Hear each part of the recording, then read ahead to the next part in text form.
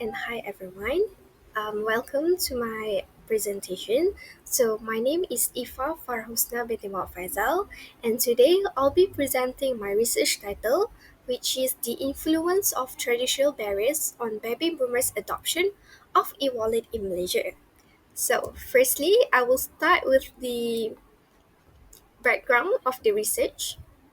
So, this study explored why baby boomers, despite having access to digital financial services, they are still hesitant to use e wallets and whether traditional barriers are a significant factor behind that. So, to begin, let's look at the background. So, over the last decade, financial technology, or we can call as a fintech, has revolutionized how we make payments. And today, digital wallets like Touch and Go, Boost, and GrabPay, they allow the user to make a fast, secure, and also contactless transaction. So these platforms offer rewards, cashback, and also a seamless integration with the retail platform. So in Malaysia, the government has also been supportive, which is they have been launching an initiative like e-Penjana and also the My Digital Blueprint to encourage digital payment usage.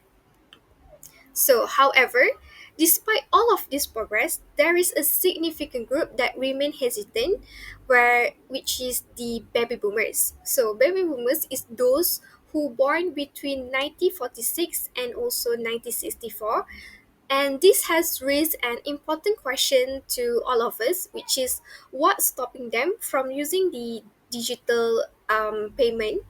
So, next, I will continue with the problem statement. So, my research identifies several traditional barriers that could explain this reluctance, which is the baby boomers hesitant why they don't want to use the e-wallet.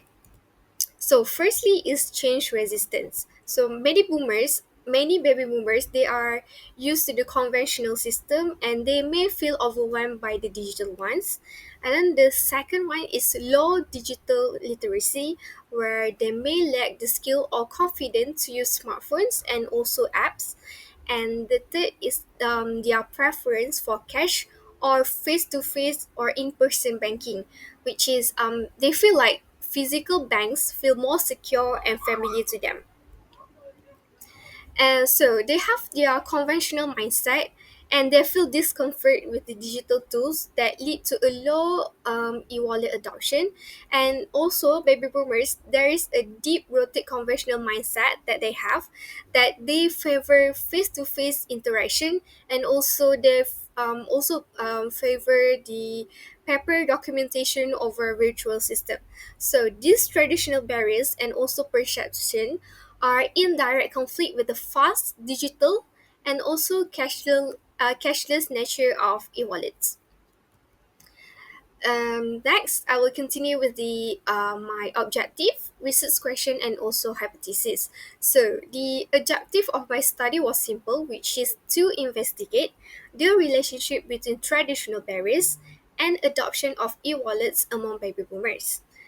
And then from this, I have developed my research question, which is what is the relationship between traditional barriers and the adoption of e-wallet among baby boomers in Malaysia?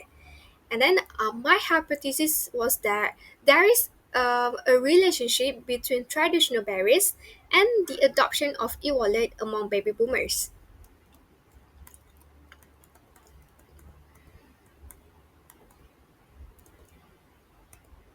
So next, I will continue with the literature review. So I've reviewed existing literature in three main areas, which is the first one is DV, IV, and also the TM thumb. So firstly, the DV, which is adoption of e-wallet. So younger generation, they adopt the e-wallet easily because they have been exposed to the digital. Meanwhile, baby boomers, however, they are less confident with technology. So because as stated by Prensky from the research, baby boomers can be referred as digital immigrants, where they use technology just for communication and also research. And then there also next one is the traditional barriers, which is the independent variable. So these are a long-standing cultural or behavior norms that resist change, like distrust of digital security, a preference of paper trades, or fear of fraud. So they also face a psychological and cultural barriers, trust issue, low digital literacy, financial concern, and also lack of awareness. And then the third one is the technology acceptance model, which is TAM or TAM. So this model, it highlights that adoption depends largely on two things, which is perceived usefulness, um, uh, which is how beneficial the technology is, and persist of use, how easy the technology is to operate. So study shows that when people don't find tech useful or easy to use, adoption rates fall, and also baby boomers often perceive e-wallet as complicated, and also they feel that e-wallets are also unsafe for them to use it. And then the next one is I will explain about the methodology. So to test my hypothesis, I have used a quantity approach and developed a survey using an online questionnaire. So the purpose of it is to measure the effect of traditional barriers on baby boomer e-wallet adoption in Malaysia. And the justification that it can allow for statistical testing of variable like trust, security, and technological comfort. So this survey was based on, as I stated before, which is Technology Acceptance Model (TAM) or TAM framework, and it focused on variables such as trust, security, digital literacy, and also resistance to change.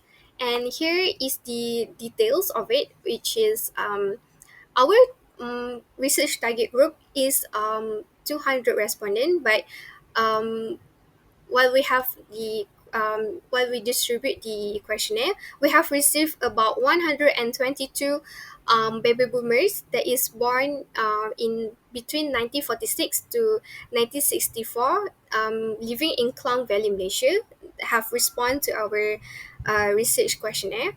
And then the sampling method is we use the non-probability persuasive sampling method, and the tools that we use is we use a Google form to receive the respondent, and the analysis software we use the SPSS version 3.0.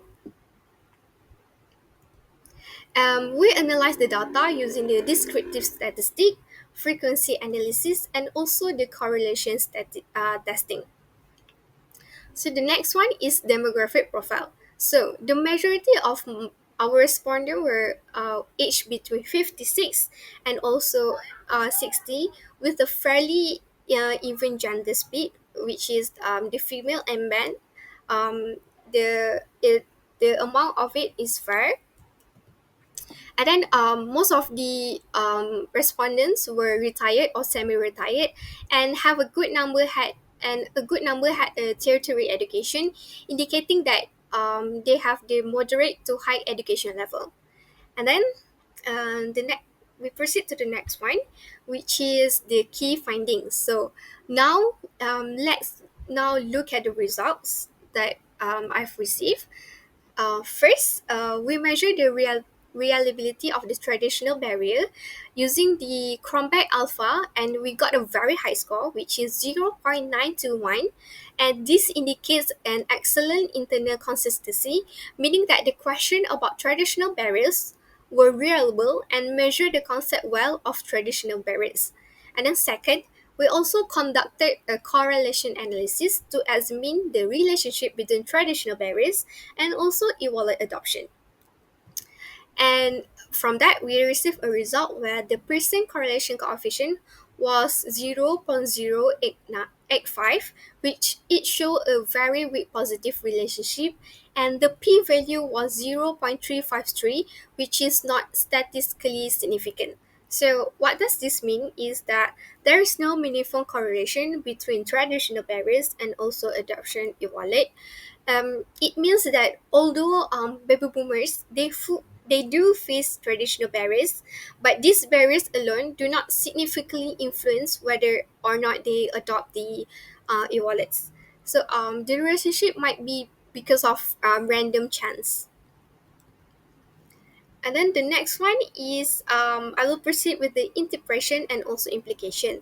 So this finding was interesting because it challenged the common assumption that traditional mindset are the main reason baby boomers avoid the digital tools.